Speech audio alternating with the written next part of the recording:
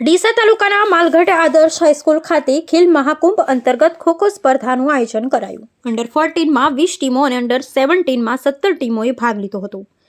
ગુજરાત સરકાર દ્વારા બાળકોમાં શારીરિક ક્ષમતા વધે તેમજ દેશનું નામ રોશન થાય એવા એથ્લેટિક અને ભવિષ્યમાં દેશ માટે સર્વોચ્ચ મેડલ હાંસિલ કરે એવા ખેલાડીઓ મળી રહે એ હેતુથી ખેલ મહાકુંભનો પ્રારંભ કરવામાં આવ્યો હતો, જેને અનુલક્ષી છેલ્લા ઘણા સમયથી અલગ અલગ ક્ષેત્રે અલગ અલગ રીતે ખેલ મહાકુંભનું આયોજન થઈ રહ્યું છે, જેના ભાગ સ્વરૂપે આજે ડીસા તાલુકાના માલગઢ મુકામે આવેલ આદર્શ હાઈસ્કૂલ ખાતે ખોખો સ્પર્ધાનું આયોજન કરવામાં આવ્યું હતું, જેમાં 14 વર્ષની ઉંમરના બાળકોએ 20 ટીમોએ અને 17માં 17 ટીમોએ ભાગ લીધો હતો।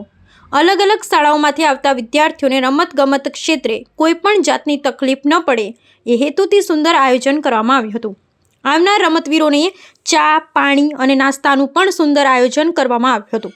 વધુમાં આવતીકાલે વિદ્યાર્થીનીઓની ખોખો સ્પર્ધાનું આયોજન પણ માલગઢ આદર્શ હાઈસ્કૂલ ખાતે રાખવામાં આવેલ છે।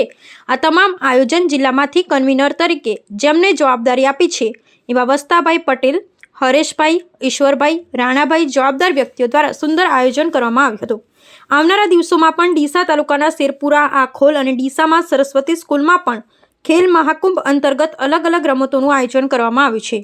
ઓકે સાહેબ, આજે ડીસા તાલુકા ખેલ મહાકુંભ સ્પર્ધા ખોખોની સ્પર્ધા શ્રી એલએચ માળી આદર્શ હાઈસ્કૂલ મુકામે યોજાઈ રહી છે। આ સ્પર્ધામાં અંડર 14ની અંદર 20 ટીમોએ ભાગ લીધેલ છે અને અંડર 17માં 17 ટીમોએ ભાગ લીધેલ છે। ફાઇનલની અંદર અંડર 17માં એલએચ માળી આદર્શ હાઈસ્કૂલ વિજેતા થયેલ છે અને અંડર 14માં પણ અત્યારે હાલ ફાઇનલ વિજેતા સ્પર્ધા રમી રહી છે। આ સ્પર્ધાનું શ્રી આદર્શ હાઈસ્કૂલ માલગઢ દ્વારા પણ ખૂબ સુંદર મેદાનની વ્યવસ્થા કરવામાં આવેલી છે। તમામ બાળકોને અહીંયા ખૂબ સુંદર ચા નાસ્તાની પણ વ્યવસ્થા કરવામાં આવેલી છે અને આ સ્પર્ધામાં ડીસા તાલુકાના અમારા ખૂબ જ વ્યાયામ શિક્ષકો સિનિયર હરીશભાઈ પવાયા સાહેબ, તેમજ રાણાભાઈ માળી સાહેબ, ઈશ્વરભાઈ રાવલ સાહેબ, તેમજ જુદી જુદી શાળાઓમાંથી ઘણા બધા વ્યાયામ શિક્ષકોની ઉપસ્થિતિ હાજરીમાં આ સ્પર્ધા ખૂબ સુંદર રીતે યોજાઈ રહી છે। આજે ભાઈઓની છે અને આવતીકાલે આ જ મેદાન ઉપર બહેનોની સ્પર્ધા પણ યોજવાની છે।